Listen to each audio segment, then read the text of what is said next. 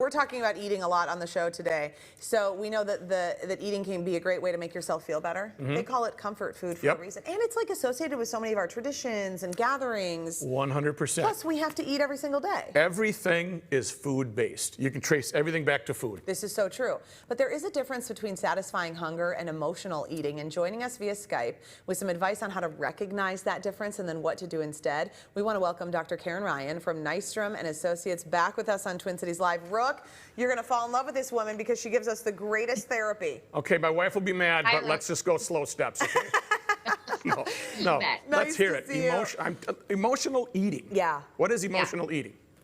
Yeah, emotional eating, real simply, is when we use food to deal with our emotions instead of using food to satisfy our hunger, right? So we are eating out of emotional needs and kind of seeking things emotionally and seeking comfort or certain emotional needs, and we're using food to try and meet those needs. So I want to know about recognizing the difference, Dr. Ryan, because I think sometimes it can get a little bit confusing because I feel like you can also be satisfying your hunger and having an emotional experience at the same time, right? So how do you know if you are like too far on either end of the spectrum?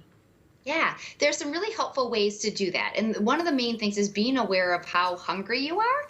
And there's a wonderful thing called the hunger fullness scale. And so when you think about it, it's from 1 to 10. And a 1 is like, I'm so hungry, I'm dizzy, I'm lightheaded. 2 is I kind of have a little headache. 3, my stomach's growling. 4 is my first kind of sense of hunger. 5, 6 is I'm satisfied, full. You know, an 8 is, ooh, my pants are tight. 9 is Thanksgiving full. 10 is I'm sick. Right? It's a really helpful scale. Right? Yeah. But it helps you check in, and when you can visualize it and kind of check in and see, you know, when was the last time I ate? How much did I eat? And am I feeling hungry or am I seeking something else? So like, what am I seeking? Do you want us to check in with that scale like every time before we eat? Is it helpful to just do a little assessment? You certainly can. Absolutely. Absolutely. Especially if you find that you, what's a key of emotional eating is when you find like you get done and you're like, oh, I didn't even want that. Or why did I eat all that? Yeah. Or I wasn't really hungry. Or sometimes there's unhelpful guilt that creeps in, right? And so it's thinking about if we're not having that intentionality or that mindfulness in your eating, then yes, that will be the time when you want to kind of check in as you're heading to the kitchen. How hungry am I? What am I needing right now? Okay, guilty of that today. In fact, I did a good job. I wanted 2 Nathan's hot dogs for lunch today. And I said, you're stupid, don't do it. I went to the refrigerator and instead I got those little thin sandwich bread things. Salami sandwich isn't much healthier, but I had a pickle and I had some chips and I felt way better about myself not eating the 2 hot dogs, which I probably would have felt crummy.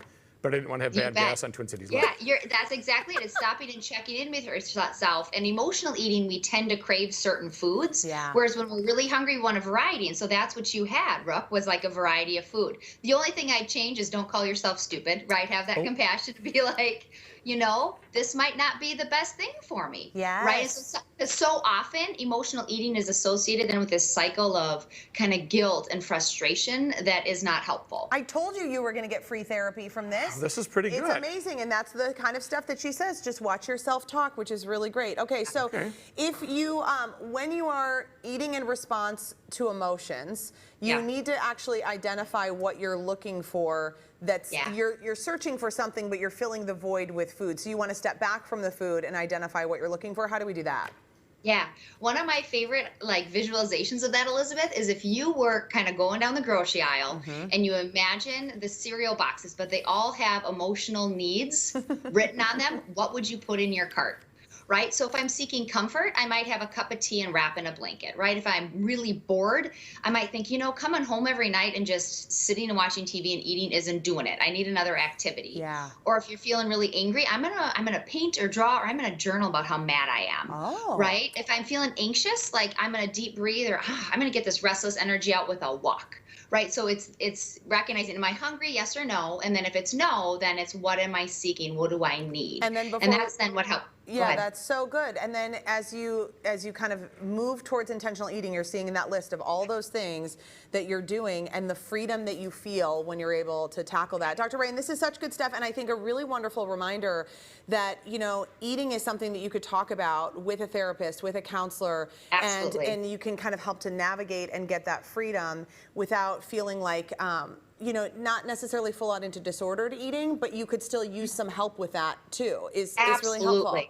Absolutely. That emotional awareness and just skills that you can work on together. You bet. She's so good. All right. You and your hot dogs. That was really wonderful, Dr. Ryan. We love seeing you. Nystrom and Associates provides care in the fields of psychiatry, psychology, family therapy, and more. And they have 20 locations in the Twin Cities.